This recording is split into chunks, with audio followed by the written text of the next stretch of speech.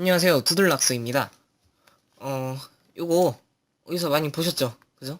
요거 이제 15강인가? 15강에서 했었죠? 15강에서 했던 예제인데요. 와일문을 배울 때 이제 무한루프에 대해서 알려드릴 때 했던 예제입니다. 잠깐 다시 알려드리자면 얘는 이렇게 1부터 한없이 큰 숫자를 이렇게 출력하는 1부터 증가하는 숫자들을 출력하는 이런 프로그램이었는데 여기 보시면 얘도 포문이랑 비슷한 형식을 띄고 있다는 걸 볼 수 있죠. 초기값이 있고 뭔가 조건 같지 않은 조건이 있고요. 그 다음에 증가하는 연산 이렇게 있습니다. 그러니까 결국에는요. 얘도 포문으로 고칠 수 있는데 바로 한번 고쳐볼게요. 이렇게 될 거고 i 뿔뿔은 여기 위에 이렇게 올라가고 얘는 지워지겠네요.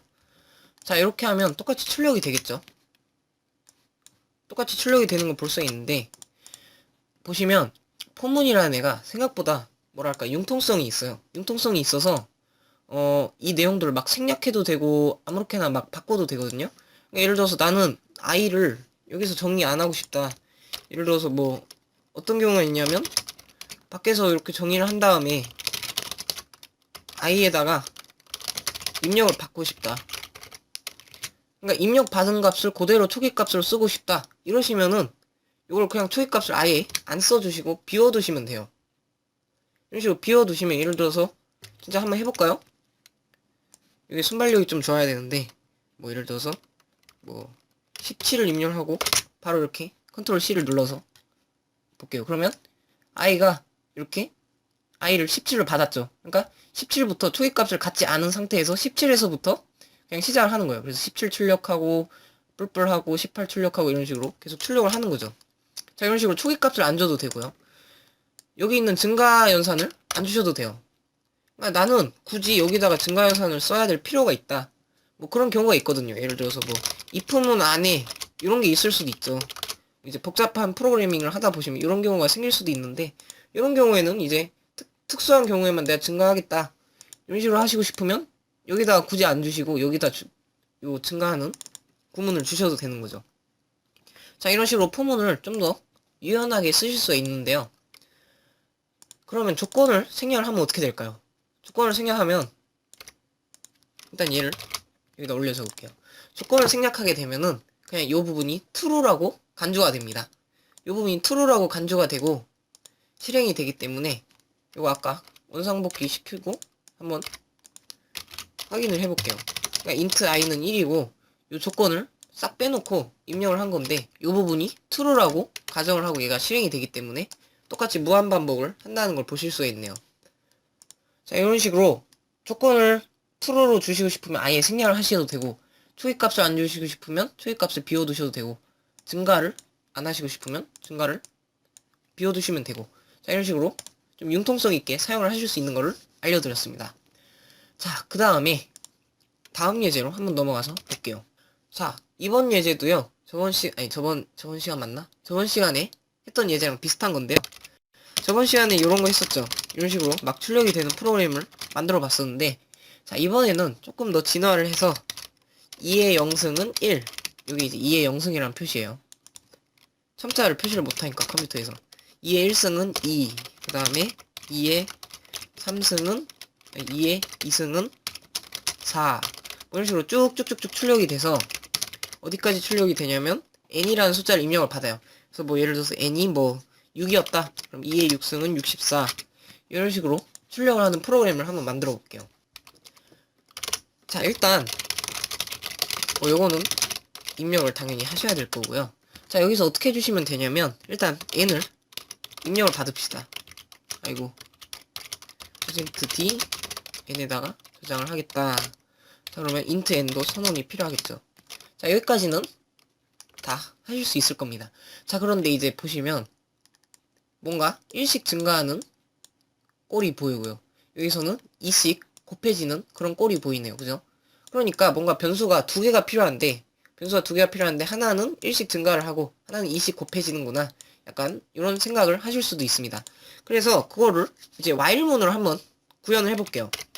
그러면 1씩 증가하는 변수 i를 한번 만들어보고 또한 2씩 이렇게 곱해지는 변수 뭐 예를 들어서 t라고 할까요? 이렇게 두 가지의 변수를 선언을 했습니다. 그 다음에 초기값 얘는 0이죠. 여기 0. 그 다음에 t는 초기값이 1이네요. 이런 식으로 초기값을 준 다음에 while문 안에다가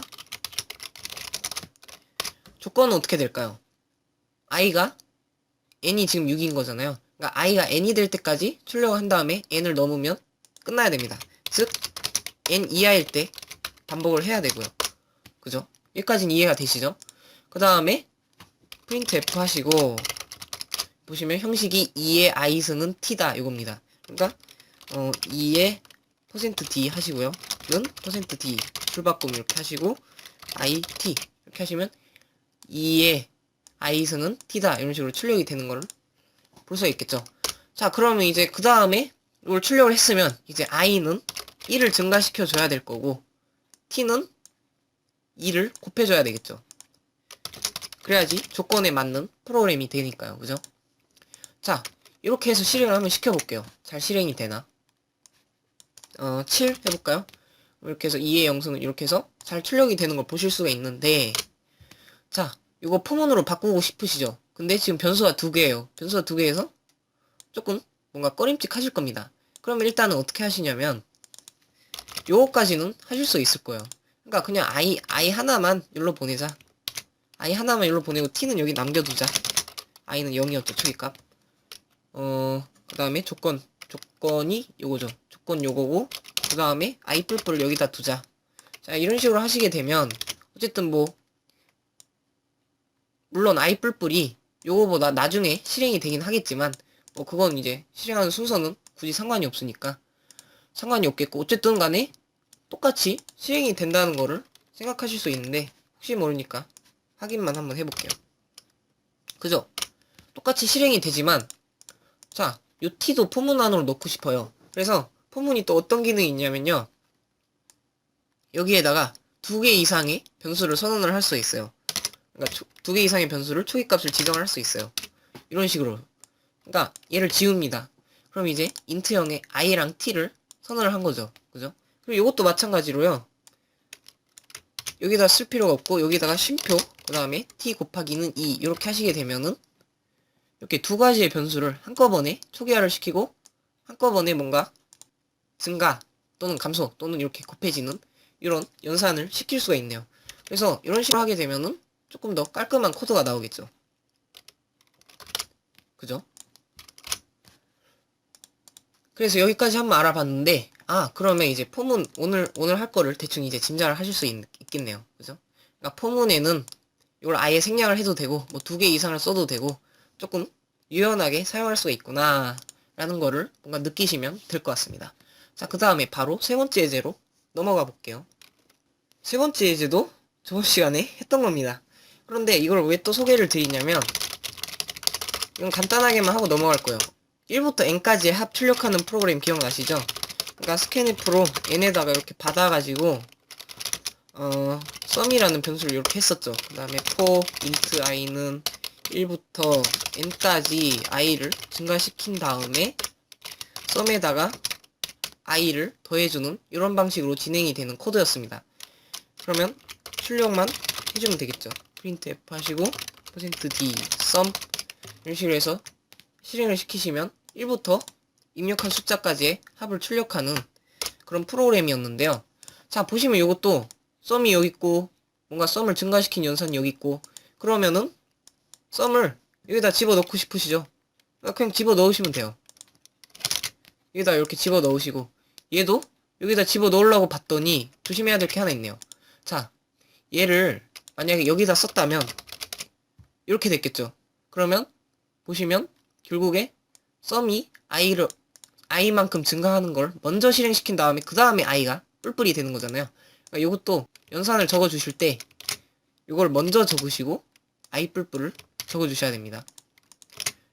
이것도 가끔씩 헷갈릴 때가 있어요. 자, 어쨌든 여기다가 두 개를 이렇게 넣고 봤더니 어머, 증거하로에 아무것도 안 들어가게 되네요. 그죠? 이게 물론 좋은 걸 수도 있지만 이렇게 굳이 할 필요가 없는 게요. 이렇게 세미콜론으로 달아줄 수 있습니다. 자, 그러면 아까 했던 여기 sum은 어쩌고 뭐 물론 이제 여기 sum을 출력을 해야 되기 때문에 sum은 전역 변수란다. sum은 요 밖에다가 조금 더럽긴 하지만 이런 식으로 선언을 해준 다음에 여기다 int를 빼야 되겠네요. 이거 기억나시죠? 그러니까 int i를 밖에다 선언을 하고 i는 1 이렇게 했던 거 기억나시죠?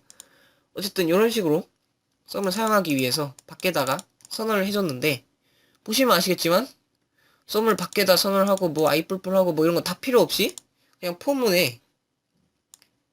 다음에 세미콜론 한 줄로 그냥 모든 연산이 끝나버리네요. 이게 진짜 실행이 되는지까지만 확인을 해볼게요. 똑같이 6 하면 21 이렇게 딱 출력이 되네요. 그죠? 그러니까 포문 안에 아무것도 없는 그런 경우가 생길 수가 있어요. 그럴 경우에는 이렇게 더럽게 증괄호를 적어주지 마시고 이렇게 간단하게 세미콜론으로 처리를 해도 된다라는 것까지 한번 알려드려 봤습니다. 자, 그러면 이번 시간에 여기까지 하도록 하고, 그러면 다음 시간에 뵙도록 하겠습니다. 감사합니다.